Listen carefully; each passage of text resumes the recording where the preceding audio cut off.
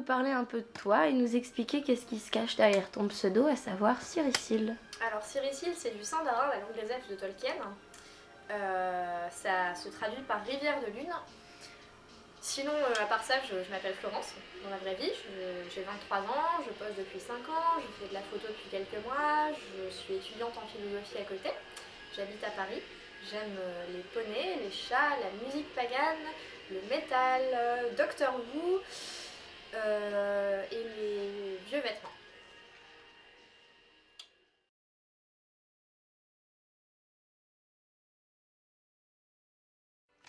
Alors on va commencer par l'année 2009, le commencement, là où tu as débuté en tant que modèle. Alors la question qui tue, qu'est-ce qui t'a fait poser, qu'est-ce qui t'a donné envie de faire de la photo en tant que modèle? Alors c'est complètement un hasard, parce qu'avant 2009, je savais pas que je savais pas que des gens faisaient des photos. Enfin, c'était un peu abstrait et hors de mon champ de vision en fait, quelque part. Et j'ai rencontré des gens qui m'ont parlé de gens qui faisaient de la photo. Je me suis dit tiens, pourquoi pas, voilà, première année de fac, à peine majeure, découvre la vie, je vais faire de la photo, pourquoi pas. Donc j'ai commencé en répondant à des annonces. J'ai d'ailleurs rencontré de très bons amis comme ça. J'ai fait mes premières séances photo, c'était bien. Ça a été un peu un moyen d'une part, essayer de prendre confiance en moi, même si après on se rend compte que quand on est modèle, en fait, on fait beaucoup plus attention à ses défauts que quand on n'est pas modèle. Du coup, c'était un mauvais moyen, mais bref. Et derrière, ça a commencé à... Enfin, ça a remplacé les médiums d'expression que j'utilisais jusque-là pour me permettre de faire passer des choses par des images et plus par autre chose.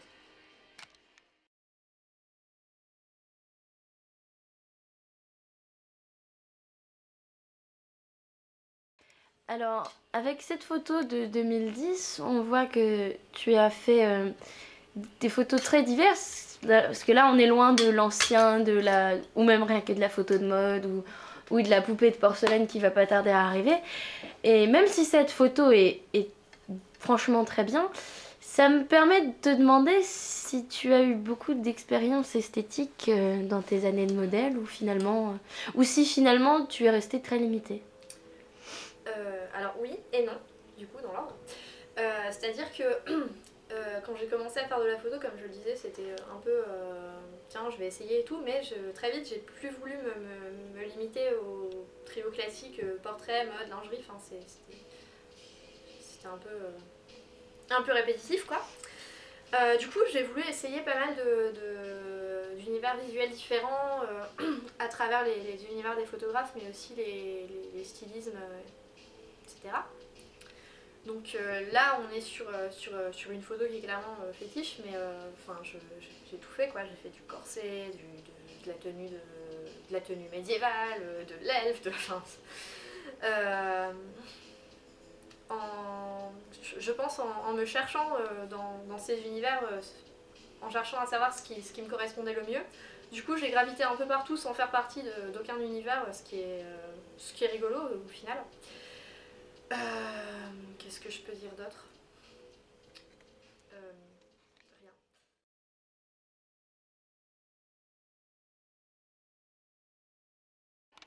On arrive à l'année 2011 avec une photo très délicate, très ancienne.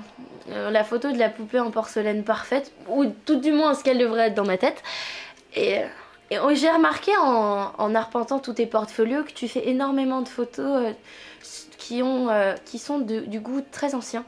Alors est-ce que c'est un hasard? Est-ce que c'est un choix? Ou est-ce que c'est totalement inconscient? Mon inconscient me brime. Il me force à faire des choses. Non. C'est complètement un choix, comme je disais, j'ai exploré pas mal de trucs dans mes premières années de photo pour essayer de me trouver, et ben, je me suis un peu trouvée dans tout ce qui est ces mises en scène romantico, onirico, anciennes, enfin pas histo mais un peu intemporelles, qui me plaisent beaucoup. Et ça a un peu confirmé mon goût pour tout ce qui est les livres anciens, je collectionne les vieux trucs, enfin, ça me fait plaisir. Je m'amuse à avoir des instruments de musique dont je ne joue pas juste parce que je les trouve super jolis. Non, oui, c'est complètement, c'est complètement moi.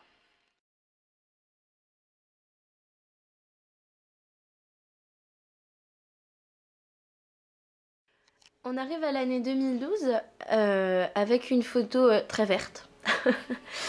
Et surtout, déjà, bon, techniquement, il n'y a rien à en dire pour le photographe, mais aussi à ton niveau, il se passe quelque chose de plus que sur les autres photos. Alors, est-ce qu'on peut dire qu'à ce moment-là, est-ce que tu te satisfais, est-ce que ton travail te convient? De plus en plus, en tout cas. Ça tient à plusieurs facteurs. D'une part, j'ai trouvé ce que je voulais faire dans les grandes lignes. Donc ça me permet de mieux travailler mes projets dans cette ligne et de les aboutir mieux. D'autre part, je commence à prendre l'habitude de poser après 3 ans, donc ça devient plus naturel pour moi et plus facile. Outre ça, j'ai déménagé à Paris l'année d'avant, donc j'ai beaucoup plus l'occasion de poser. Et en plus de ça, je suis, je pense, moins dans la carte à 10 et plus dans la construction de ce que je veux vraiment faire, et du coup c'est plus maîtrisé. Donc pour toutes ces raisons, je me satisfais davantage qu'auparavant. Voilà.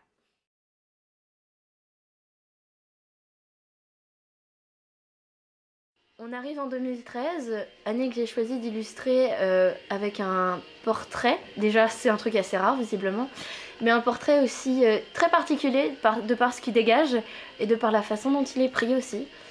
On est loin des mises en scène beaucoup plus tranquilles, oniriques peut-être, et on se rapproche d'un truc très puissant. Alors, est-ce que t'as choisi de changer de registre pour prouver que tu pouvais faire autre chose, ou est-ce que t'en as peut-être simplement eu envie finalement? J'en ai eu envie, dans le sens où les années précédentes, je faisais quand même, entre beaucoup de choses, mais une majorité de mises en scène très onirique, justement, enfin très éthérée, très une fille rêveuse dans la forêt qui sort d'un tableau de Waterhouse. Enfin, c'est un peu c'est un petit peu ce dans quoi je suis spécialisée, ce qui est logique, avec voilà, peau blanche, cheveux roux, longs. C'est pas trop possible de couper au pré-raphaélisme, surtout que c'est quand même quelque chose qui m'inspire énormément en tant que tel. Je me suis dit, j'aime beaucoup ça, mais j'ai pas envie de me limiter à ça parce que c'est pas drôle, quoi. Donc j'ai eu envie de changer, d'où là en l'occurrence je suis dans un décor très industriel, et c'est un portrait qui est juste, non, c'est un portrait qui est extrêmement expressif et ça suffit à soi-même en fait, on n'est même plus dans la mise en scène, je trouve. Et j'ai pu faire ça, d'une part parce que j'avais envie de changer et d'autre part parce que il y avait une vraie confiance entre moi et le photographe qui existait et qui a fait qu'on a pu sortir des images peut-être beaucoup plus fortes, puisque beaucoup plus sorties des tripes qu'auparavant.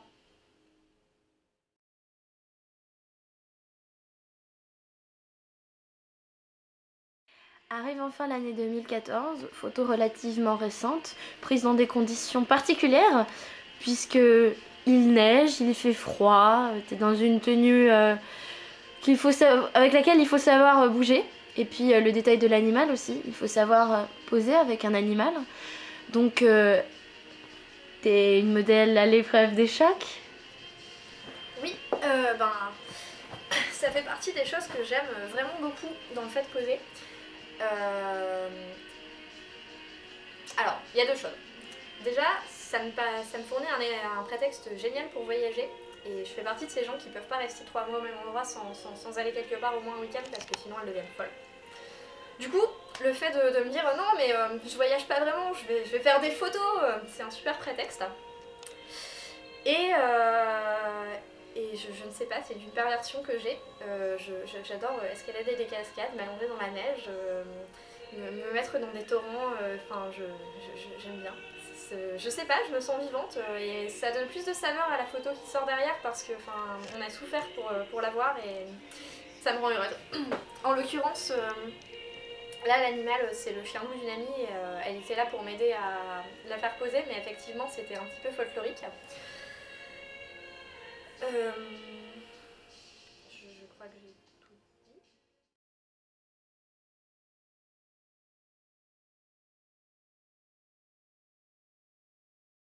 Alors maintenant qu'on a fait le tour de tes années de modèle, est-ce que tu serais capable de dire à quel moment Cyricil a fini par faire partie intégrante de ta vie, que ton activité de modèle a fini par être une activité à part entière finalement? C'était le 10 mars 2011, hein, qu'il faisait froid. Non, en réalité, je pense que ça s'est passé au moment où j'ai arrêté de vouloir être quelqu'un d'autre sur les photos et où plutôt je me suis sortie des trucs de mes tripes pour les mettre sur des photos. C'est dégueulasse. Ça, et le fait que j'ai déménagé sur Paris, je me suis mise à beaucoup plus poser, donc forcément ça me prenait beaucoup plus de temps et c'était beaucoup plus important du coup. Et il y a eu un troisième processus qui s'est fait à peu près à ce moment-là, c'est que Cyricil a commencé à poser avec les fringues de Florence et Florence a commencé à porter les fringues de Cyricil. Ça a l'air débile comme ça, mais le fait que je pose avec des fringues entre guillemets de la vie de tous les jours, c'était finalement plus une mise en danger que le reste de ce que je faisais. Dans le sens où j'étais plus dans la mise en scène, j'étais dans je suis moi en train de poser. Attends. Et je pense que c'est un tournant assez important dans la façon de percevoir la photo.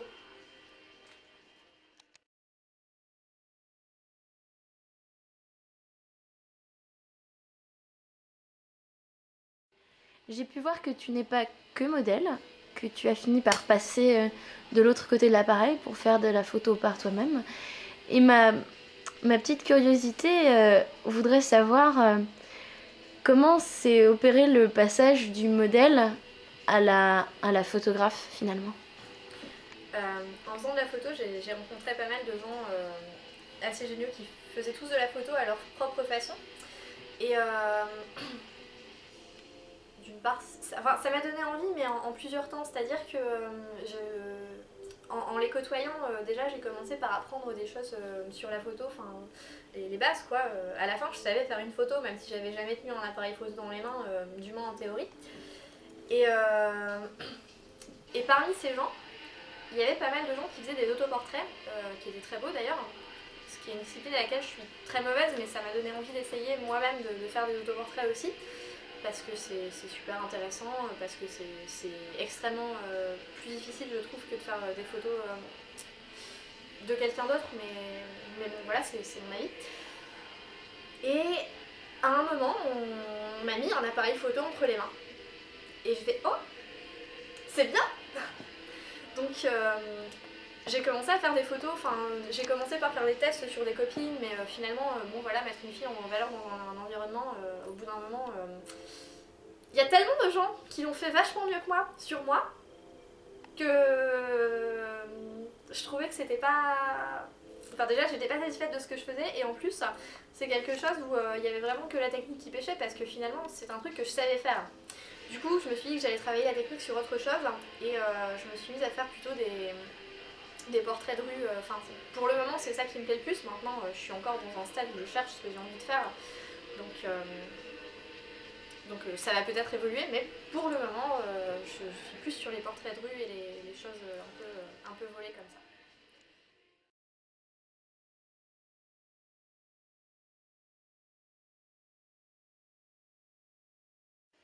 Il y a une photo que j'ai trouvée et que j'apprécie particulièrement, qui est le portrait que tu as fait dans SDF, qui est une photo absolument, honnêtement, presque déroutante, parce que c'est un homme qui semble avoir beaucoup de vécu, de caractère. Et Et j'aime les histoires qui se cachent derrière les images, parce qu'une image pour une image, c'est pas grand-chose. Et alors, je serais profondément satisfaite si tu pouvais nous raconter l'histoire de cette photo. C'est c'est assez drôle. J'étais en train de prendre une amie en photo sur les quais de Seine. Et enfin, c'était ridicule. J'avais tous mes sacs autour de moi. J'étais à plat ventre sur les dalles. Enfin, c'est super. Enfin, un charisme moins 20. Et il y avait cet homme sur le banc qui n'avait pas bougé depuis qu'on était là et qui nous regardait faire d'un œil mi-amusé, mi-curieux. Et j'ai flashé sur lui. Il y avait des yeux, enfin, c'est surtout ses yeux qui m'ont flashé d'abord. Hein. D'un bleu extrêmement profond et à côté de ça, il y avait ces traits tellement fins et burinés. Enfin, il était beau quoi. Et je me suis dit, mais c'est pas possible, il faut pas que je laisse passer ça quoi. Donc au moment de partir, je fais 3 pas pour m'en aller et puis je reviens, oui, je peux vous prendre en photo. Donc il a accepté, donc j'ai cliqué 3 fois. J'étais super pressée en plus parce que je voulais pas l'ennuyer. Et donc ça a fait cette photo. Et je pense que c'est la photo que je préfère de toutes celles que j'ai faites, toutes catégories confondues. Dans le sens où elle me parle vraiment. Il y a l'histoire de ce mec qui est écrit sur son visage et dans ses yeux et dans son expression. Et il pose pas quoi, il est juste lui. Et c'est énorme quoi. J'aurais bien aimé discuter avec lui plus longtemps, mais je suis trop timide. Voilà, c'est con. Ouais, non, c'est vraiment quelque chose qui m'a marqué de faire et que vraiment j'aurais regretté de ne pas faire.